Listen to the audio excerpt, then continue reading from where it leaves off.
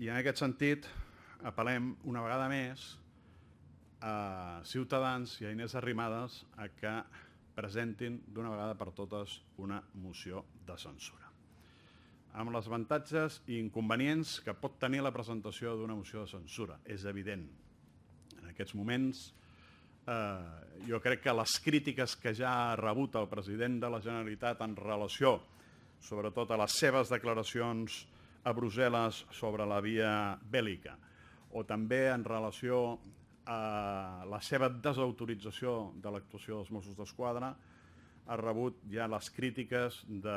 la majoria de grups de l'oposició del Parlament de Catalunya. I per tant entenem que seria un moment adequat per alçar la veu en el propi Parlament i per deixar clar que no és tota Catalunya la que està situada amb aquesta revolta, que una part important de Catalunya és gent d'ordre, és gent de pau, que el que volem és treballar per les nostres famílies, treballar per la nostra societat, treballar pel progrés econòmic i social de la nostra societat i del conjunt de catalans. Sabem que és difícil que l'aritmètica pugui portar a que una moció de censura pugui prosperar, ho sabem perfectament, però també es podria arribar a donar una altra circumstància, és que sense haver-hi una majoria absoluta sí que hi pogués haver una majoria relativa del Parlament que es pronunciés a favor de la censura, la qual cosa tindria molt de simbòlic en desautoritzar el president de la Generalitat. I crec que és important en aquest moment,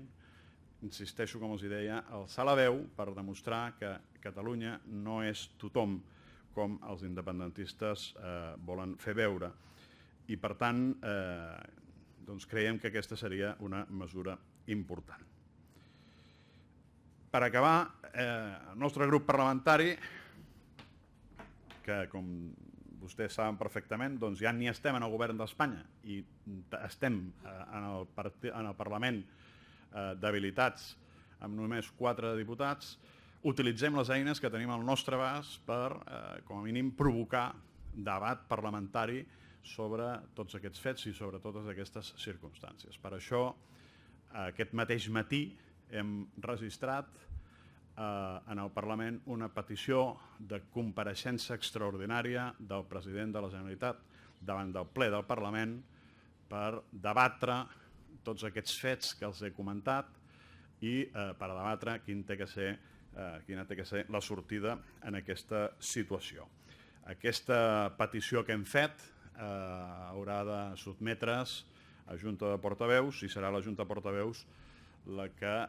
haurà de decidir la incorporació en l'ordre del dia del ple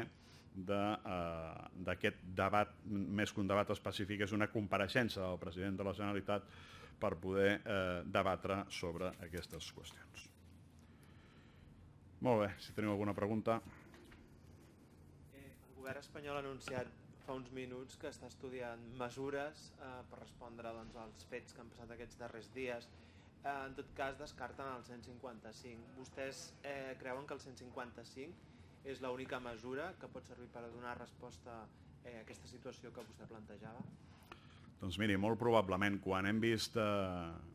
i jo li puc assegurar que la setmana passada segurament veia les coses d'una forma diferent a com ho veig en el dia d'avui. Després de veure com el president de la Generalitat desautoritza l'actuació dels Mossos d'Esquadra, com veure que el conseller d'Interior és el que amenaça en els propis agents dels Mossos d'Esquadra